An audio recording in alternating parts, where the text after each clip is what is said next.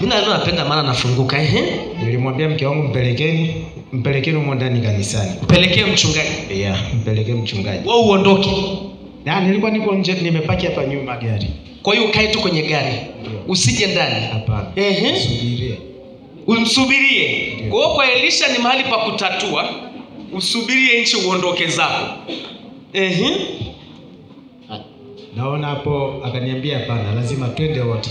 Mama njoo hapa, akakwambia siondoke, sui mguu hapa. Twende wote. Basi tukaingia. Nadhani ukaanza maombi, ukamuombea, alikuwa amekaa kwenye kiti aongei afanye chochote. Baadaye ukatuambia shida iko pale kitandani anakolala. Shida iko kitandani anakolala. Mnacho kitu kwamba sio kwamba tunaomba tu mradi tunaomba. Tunapoomba tunatafuta kwenye ulimwengu wa roho tatizo liko wapi. Unaweza ukapambana kumwombea mtu kaumia. Baadaye tumeomba hapa mtu aongee. Nikamwambia hapana, hii ngoma hii hatuwezi kupambana namna hii. Tatizo liko wapi? Hapo ulipo unaweza kukuta shida iko kwenye ardhi ya kwako, nyumbani kwako, kitandani kwako au popote pale. Nikakwambia nadhani ulitupa maji ukayaombea. Ukampa mke wangu maelekezo kufika nyumbani pale kitandani kwake yale maji yamwagie. Mkamchukua mtu aongee. Tukambeba aongee. Nikamwambia akiongea mnipigie simu. Akiongea tukupigie. Wote tulipofika akafanya maelekezo, alipomaliza kumwaga tu yale maji akaanza kupiga kelele. Na alikuwa aongei? Aongei kabisa, na tumeondoka hapa pia aongei. Kwa siku ngapi? Hapa imechukua muda, maana mtumishi paka tumemleta hapa ndio tumemleta hapa, nadhani sasa tumeshazunguka kwingine kote. Mmeenda kila mahali? Tumeenda hospitali zote. Hamna kitu. Hakuna. Baada ya kunyanyuka mkamkimbiza. Nikamwambia ataendelea kufunguliwa. Ndio. Baadaye akaanza kuongea nini? Ndio hapa tuje sasa tujinge watu. Baadaye aliongea akasema alipokuja kufunguliwa. Maana nadhani alivyofunguliwa akasema alikuwa amechukuliwa. Na tulivyomleta hapa, tusingemleta hapa tungekuwa ndo siku yake ndo alikuwa anachukuliwa siku hii. Ile siku mmemleta hapa ndo siku ambayo marehemu. Siku wote alikuwa anachukuliwa. Anachukuliwa afe kidunia. Anasema yeye angekufa tungemuona amekufa kidunia, lakini angetumika kurudi kwa ajili ya kuja kutesa, kufanya na mambo mengine. Kuna watu wanakufa sio Mungu. Kuna watu wanakufa. Na alisema kwamba yeye sisi tutaona kabisa amekufa ni yeye tumemzika, lakini sio yeye. Sio yeye. Ni nani? Anasema nyie mtazika kama ni tunamzika kama ni yeye kabisa. Sisi tunaona ni yeye kabisa, lakini sio yeye, amechukuliwa na ulimwengu mwingine. Sasa sijajua huko inakuaje. Wewe unajua ulimwengu. Na alikuwa anafanya kazi gani kule? Nadhani mtumishi kama alivyoelezea, na hata alivyojaribu kumwombea, kuna kitu alikuwa anaambiwa watufanyie. Sasa akikataa ndiye anapewa hizo awafanyie nyie. Kwa hiyo anataka alikuwa anawaloga nyie. Aliwaambia awaloge nyie. Anaambiwa sasa atese wazazi sasa. Atese wazazi. Ndio. Sasa anapokataa ndiye anapewa adhabu. Unajuaje adui anayekutesa yuko kwenye malango yako? Unajua anayekumaliza yuko ndani ya malango yako. Kwambia nashughulika na hivi vitu, amini tu. Alikuja Bishop Baraka askofu, yule na Happy. Leo ni mama askofu eti. Leo ni mama yule mtoto aliolewa na bishop mmoja na mtumishi mmoja yuko pale kwa Idi. Na nilimwambia utakwenda kwa mama mchungaji, lakini alifika mahali alikuwa muue mama yake. Ogopa mtu ilifika mahali anaweza kahesabu pesa kwenye mfuko wa babaka akatoa kwa badi tu. Ulikuwa na milioni 1 unakuta 200,000. Cheza na hii duniani.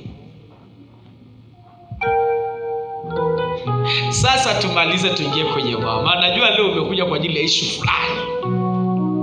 Na umefanya vizuri kumleta. Kwanza nitegue mitego fulani. Baadaye akakuambia sasa madhabahu hiyo ulioenda ikoje? Ni kweli mtumishi baada ya kufunguliwa akasema madhabahu ya Elisha ni madhabahu ambayo itaki muache kwenda. Yeye anakuambia. Kwa nini? Na mtumishi hata kama labda niko mbali lazima anipigie tu simu Jumapili. Wewe unaenda kanisani, naomba nenda kwa Elisha. Lazima aniambie. Akwambie yeye mtoto wako. Ndio. Na wakati ule nilitamka kwamba nikasema huyu mtoto ambaye amepona hapa namtamka akawe daktari. Ni kweli. Yuko wapi sasa hivi? Anasoma udaktari.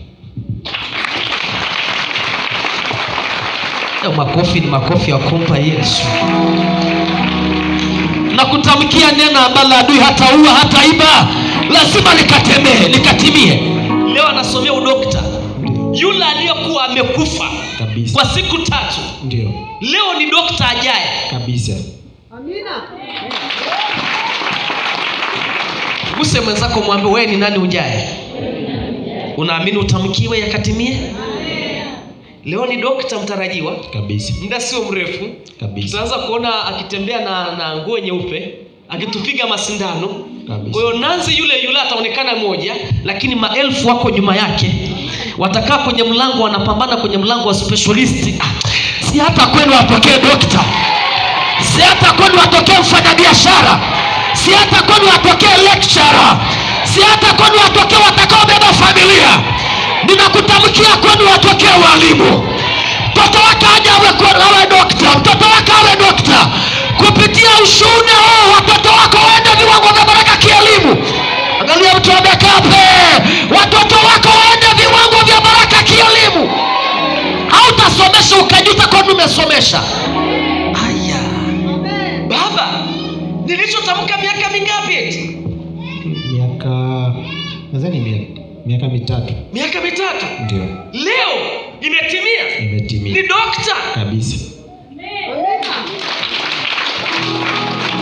Wakati wangekufa leo tungesema mapenzi ya Mungu yatimie. Kumbe sio mapenzi ya Mungu. Na yule mtoto wakati alikwambia watu, sema usitaje, aliwakuambia watu ambao walikuwa wanamtumikisha. Ndio. Ni watu kabisa. Ni watu kabisa. Na uliwafahamu kabisa. Maana baada ya kupona sasa akasema kama kwani wewe uko uliendaje? Ndiye akatupa sasa hiyo story. Ulimwambia? Wewe ulijikutaje huko? Na unavyojua kohoji sasa. Hivi ulikuwa unashika namba ngapi darasani? Maana ulikuwa akili. Ulimuulizaje? Yaani ulijikutaje huko kule? Ndio akaanza kuelezea kwamba alikutana na mtu akamsalimia kabisa. Baada ya kumsalimia usiku akawa anaota, anaondoka, anarudi hivyo. Baadaye akajikuta sasa anaanza kupewa majukumu sasa. Akasema walipewa kama shanga hizi watoto wanavaa mikononi na hizo wanavaa shingoni. Shanga hizi hizi ndogo kubwa hizi. Ambapo zile shanga sasa akivaa akiwa amesimama mahali akiwa anaongea akizibonyeza zinapasuka. Ikipasuka wewe kama yupo lakini hayupo. Anaondoka. Niliwahi kumkamata mchawi kwenye Yanga. Na wengine mnamfahamu sitaji jina. Mama Nduru anafahamu. Tukaenda, ilikuwa ni ibadani. Akaniambia niko tayari kutoa chungu. Tukaenda nyumbani kwake. Chungu kitu ambacho anapaa nayo ni ushanga fulani. Akifanya tu hivi ameondoka. Wewe unasema nimeokoka, hata hujawahi kupaa, hata hujawahi kuruka. Unakuja akasema Yesu ni Bwana. Mchawi anaruka anakuja mpaka kwako. Unasema Yesu atakuja utavaa angani. Wewe mwenyewe hujawahi kupaa. Mchawi anapaa yuko juu ya bati lako. Unangoroma. Hatari. Kwa nadhani hiyo baada ya kuelezea hivyo nadhani kumwambia kwa hiyo sasa ikawaje. Akasema baada ya kuwa vile ndio sasa wakawa anampa vitisho. Kwamba vitisho. Usipofanya hivi tunakuua. Usipofanya hivi fanya hivyo. Lazima babako afe, mamako afe. Usipofanya. Na kweli mngekufa maana mlikuwa mjui kitu. Sasa akasema kwa sababu alikuwa yeye anatupenda akagoma akasema bora yeye afe. Kwa alikuwa afe yeye awaache nyinyi. Kwa nadhani hiyo siku tulimleta anasema ukiwa unasali hapa yeye yuko ufukweni wa bahari lakini anasikia sauti kwa mbali sana ikimuita. Nadhani ulikuwa unamuita Nancy, njoo. Basi njoo. Nadhani ulikuwa kwenye ulimwengu wa roho wanasikia. Na leo nitaita, sauti yangu itakuwa ya radi. Sema nyota yangu njoo. Nyota ya familia njoo. Nyota ya biashara njoo. Nyota ya mtoto wangu. Tunaposema njoo kwenye ulimwengu wa roho wanasikia. Leo niite. Kwa akawa anasikia kwa mbali. Akawa anasikia kwa mbali sana. Anaitwa anasikia kwa mbali. Na ndo akatuambia msingenipeleka, inamaanisha ni usiku huo. Kwa sababu nakumbuka pia mtumishi, nadhani hiyo siku tulipomchukua tumemlaza kitandani, nadhani alikuwa amepoa mpaka miguu kabisa. Ameshapoa kabisa. Kwanza wewe ulishakata tamaa. Ulishakata tamaa, sasa hapa nafanyeje? Kabisa. Nasubiri tu kuzika. Kabisa. Mama ndo ukajitahidi ukasema sisi kata kama tutii. Baada ya kuchoka sasa tukafika nyumbani. Kwa sababu mnamchukua mnaingiza kwenye gari. Ndio. Amechoka hivyo hivyo. Amechoka. Nakumbuka tukafika redio habari maalum wanaofahamu. Akaniambia sasa tunampeleka juu mtoto Mmananzi. Uone hali yake ni mbaya. Nikamwambia wewe twende mpaka tufike. Tumwage haya maji ambayo tumeombewa na mtumishi. Si maelekezo. Ikikataa basi. Maana sasa tumeshampeleka kila mahali. Nakumbuka tukampeleka. Alikuwa amekufa kweli jamani. Nikampeleka tukafunga geti. Mkafunga geti? Tulifunga geti. Nikawa mimi na yeye sasa yeye anashika huku juu, mimi nashika huku chini. Tunamnyanyua, tunamuingiza ndani sasa. Akaniambia hivi wewe, unamwingizaje mtoto alilio hivi? Nikamwambia wewe tumuingize. Na ameshapoa? Amepoa kabisa mtumishi kabisa, ni hapa tu tulikuwa tunaangalia panafanya hivi. Basi baada ya kumuingiza kule ndani, yeye akatoka kaenda.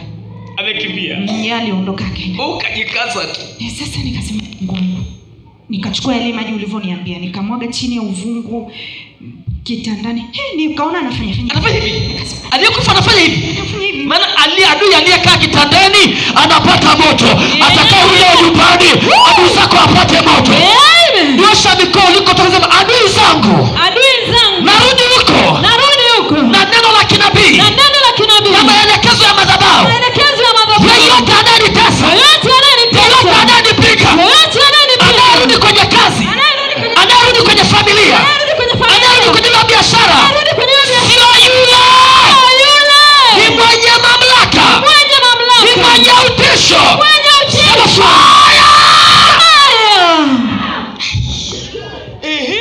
Nikamuita. Alivyokuja sasa pale ndo mtoto akaanza kuongea. Baba akapata nguvu.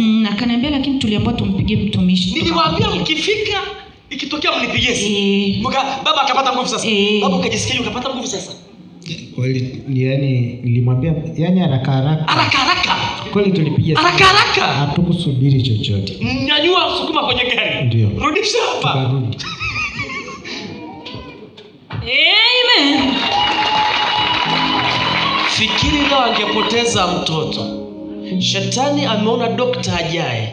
Leo asingekuwa na mtoto. Ni kama yule mtoto wa mama nani? Madebe, Eliza. Ilikuwa naye imebakisa kama lisaa. Na wale aliletwa kanisani amekufa, watu wanalia. Nimepiga kofi moja, waliokuja nao wameleta na kudhuru wakakimbia. Akasema hiki kitu kingine. Mtu amefufukaje hapo? Leo mpaka leo anamsaidia mamake yu hai. Amen. Wewe unafikiri nitapendwa? Hapana. Mama, nataka niingie kwenye maombi na kutawanyisha watu. Ikawaje baadaye mkarudisha akaendelea kafunguliwa? Ndio tulivyo. Na alikuwa anataka kuua nyinyi, aliambiwa kuwe wewe? Sana ilikuwa baba yake. Lakini aliniambia yani maana ilikuwa baada ya kumuombea hapa akawa ananiambia yani mama wewe, baba ndo nilikuwa nataka, aliambiwa amuue baba yake. Sasa anasema mimi nampenda baba. Kilichomsaidia yani anampenda baba. Nampenda baba. Ingekuwa wewe. Ameniambia nini? Angekutoa wewe.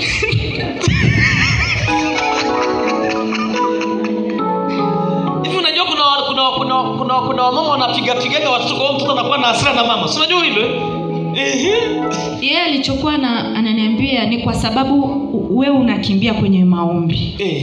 Yaani nikawa namuuliza sasa Nancy, inakuaje mimi nikiwa labda kanisani na kuombea wewe inakuaje? Anasema yani unavyoenda kanisani, unavyotamka labda Mungu mfunike mtoto wangu fulani. Anasema kabisa kuna nguvu inayoenda kule. Inaenda kule. Kama kuna watu wananielewa. Kwa nikitamka leo, kuanzia leo unakwenda kupona. Kuna nguvu inashuka ya kupona. Nikitamka hakuna kufa, kuna nguvu inashuka kuondoa roho ya mauti. Sisemi hatutakufa, tutakufa, ila ufe kifo cha kimungu. Sisemi hatutakufa. Timiza siku zako Mungu ambazo amekuahidi. Unaelewa vizuri jamani? Amen. Sikasema mimi hata mimi nitakufa, lakini nitakufaje? Na kufaje? Ni kweli watu wanakufa, lakini na kufaje? Nife kizembe? Hapana. Nakufa kishujaa. Amen. Nakufa kishujaa. Na wewe kufa kishujaa. Amen. Sasa yeye alichokuwa anasema hiyo siku siku nikija kanisani, yani yeye kule anapewa adhabu. Unaona ile waliokuja kanisani kwenye bomo waliopo wachawi wapewa adhabu. Amen. Hiyo sasa ndio ilikuwa inamfanya ananichukia sana. Anakuchukia sana. Kwa sababu unakuja kwenye maombi. Sana. Na wewe ndio umesimama kweli kupambana. Yaani wewe umetoka mbali kweli. Naomba mzame kwa Mungu. Amen. Hebu naomba yaani baba mzame kwa Mungu. Na mimi niombe kwenye harambee bana. Mwe wageni rasmi. Alishakwambia? Ndio. Kwenye harambee mwe wageni rasmi bana. Msiniache. Tunataka utoe inanimpa hapa. Na hiyo sadaka itanena kwa ajili ya watoto wenu. Kwa ndivyo ilivyokuwa. Na yule mwingine leo tatizo limeanza. Juzi ni mtoto wako uliambiwa tatizo lake. Uliona YouTube mtumishi. Uliona? Niliambiwa naingiaga kwenye YouTube na. Sasa mbona sikuonaki kwenye YouTube? Mbona hiyo sadaka zenu wewe? Mbona sikuonaki kwenye YouTube? Naangaliaga. Ulimuona kwenye YouTube? Ndio. Sasa tatizo ile limeanza kwa mtoto wako. Kuna kitu kinakuja. Wamewahi. Taanza sasa hivi maombi. Utaona kitakachotokea. Na kwa sababu mpo, kuna maelekezo nitawapa. Si akili yake. Taanza sasa hivi maombi. Kuna kitu kitakachotokea kwa yule binti. Na Mungu atakwenda kufanya pia mtu mkubwa. Kuna mtu ameshasimamishwa mbele yake kwa kama kizuio cha kupambana naye. Na akili yake imeshaingizwa. Aelewe hata kitu. Na mbona hata ukimuita anakujibu vibaya, anaongea vibaya. Anaongea vibaya. Yaani kama vile amekuwa. Nasikia. Nasikia. Sio yeye. Leo namaliza hilo tatizo. Na bora umekuja. Basi Mungu awabariki. Asanteni. Ila saidieni msiondoke leo baadaye. Haya.